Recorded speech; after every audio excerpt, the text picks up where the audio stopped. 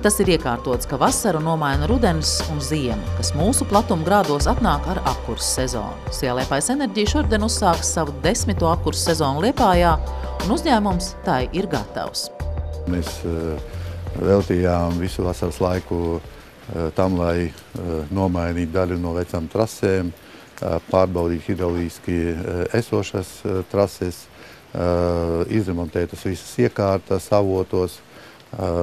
Visnībā kaut vai tūlīt varam uzsākt apkurses sezonu jau pilnā sparā.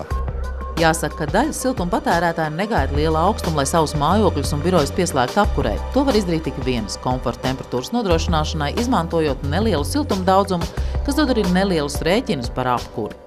Šobrīd nepastāv nekādi speciālie noteikumi, kuri balstītos uz kaut kādām vidējām diennakts temperatūram un kaut kādām citām. Viss ir atkarīgs no tā komforta līmeņa, kuru māju īpašnieki saskata sev par nepieciešamu, un tad arī pieņem lēmumu par to, kādu uzsākt apkurses sezonu. Īstenībā mēs esam visos gadījumos tikai informēti par to, kā objekts pieslēdz apkuri, bet lēmumu pieņemšanā ir iedzīvotāju rokās. No siltuma ražošanas un piegādes uzņēmuma puses ir tikai viens nosacījums apkurses pieslēgšanai.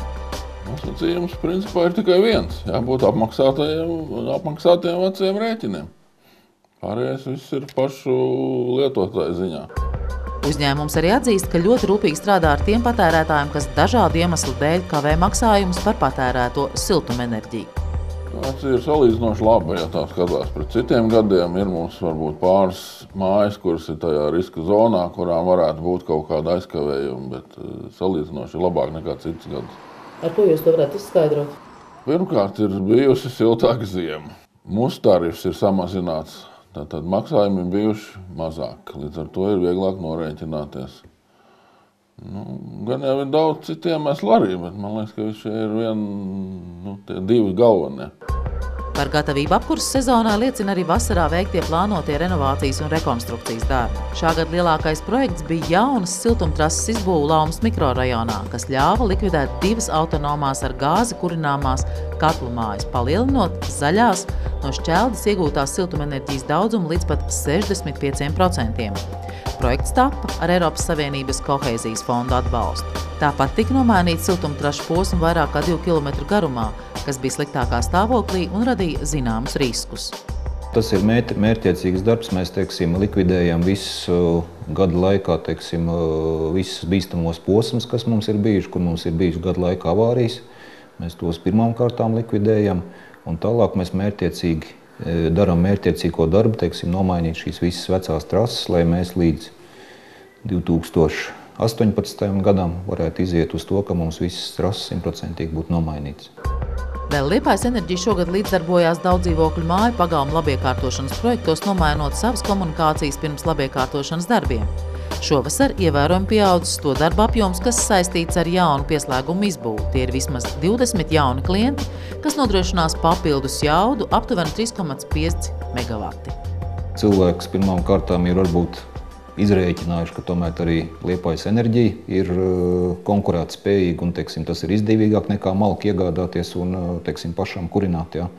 Un tieši tāpatās ir daudz tādu, kas ir vienkārši arī mainījuši savus ieradumus un ieskatus. Ja.